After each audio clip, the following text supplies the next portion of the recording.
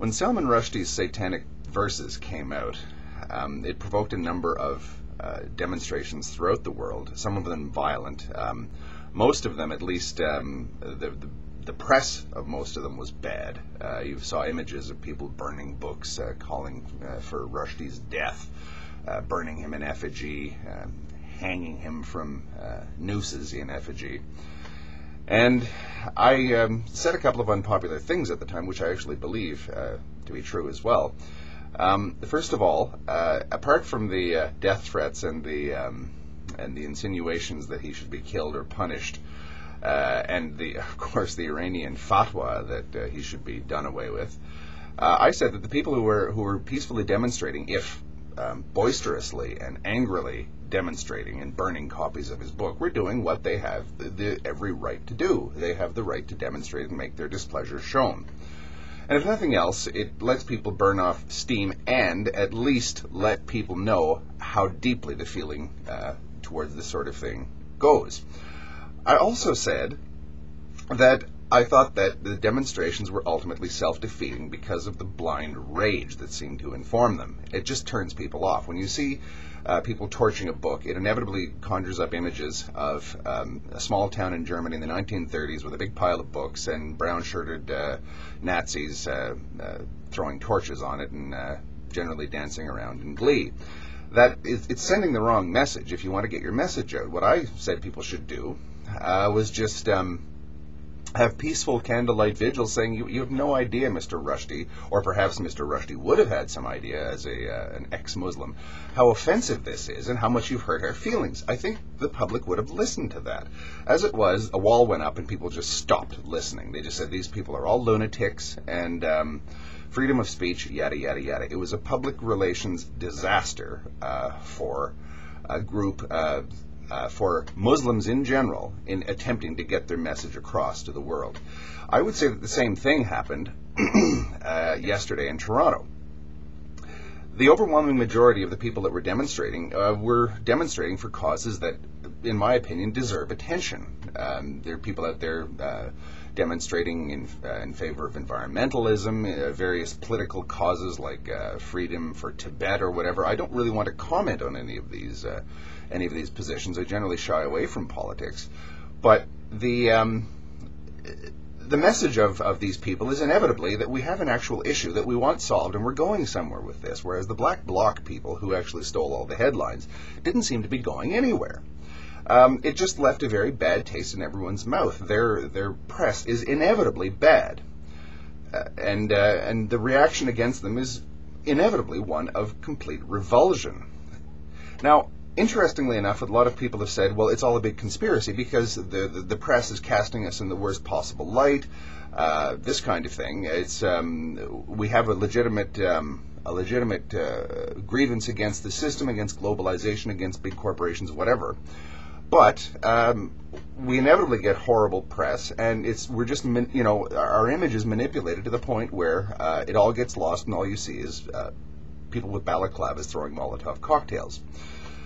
Well, I would answer that objection with the following query.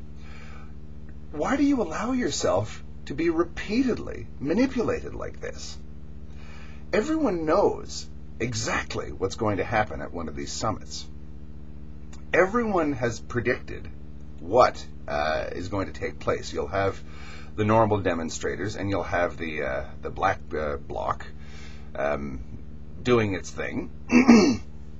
And because it's so predictable, it enables people to use it to their own advantage. If I know that somebody is going to demonstrate in a particularly violent or angry way, it's very, very easy for me to misrepresent those people. Regardless of what they were actually attempting to do, I rather suspect that the people of the Black Bloc are hopelessly out of their depth when it comes to dealing with public opinion. Because when you go out and you do this sort of thing, and you seem to have pointless aggression and violence against something, and people know that you're going to do this, people know that you're going to be demonstrating and charging lines of police and things like that. They can set all kinds of publicity traps for you, and you walk right into them.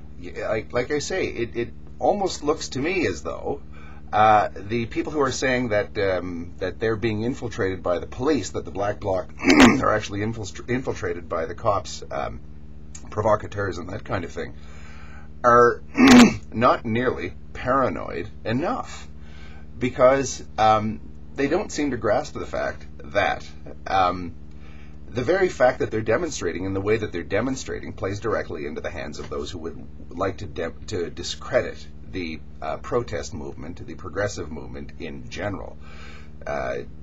They can just sort of say, well, see, look at what all this demonstration is about. Look what these demonstrators really want to do. They want to throw Molotov cocktails. They want to smash up cars. They want to act out the fool, basically. And they're probably just a bunch of spoiled brats. So by playing that kind of street radical, the cobblestone throwing radical with the mask and the hood, you're creating a golden opportunity for those who want to smear the progressive movement in general. Just in the same way as the people who had the angry and often violent demonstrations against Salman Rushdie's book. That book hurt an enormous number of people's feelings. But when they had the opportunity to just explain what was so hurtful about it, this angry, violent minority completely bungled that opportunity and made everyone just shut their ears to any further discussion on the matter, because they said, you don't like Salman Rushdie's satanic verses, you're an Islamic fundamentalist who wants to kill people. Same thing now. You want to protest at a G20 meeting, you're automatically a fire-breathing anarchist who has nothing better to do than just smash things up. As I say, the Black Bloc the people that engage in Black Bloc tactics may fancy themselves some sort of elite of the demonstrators. But if you ask me, the very fact that everyone expects them to do it enables them to be manipulated far beyond their most paranoid imagination. Thank you.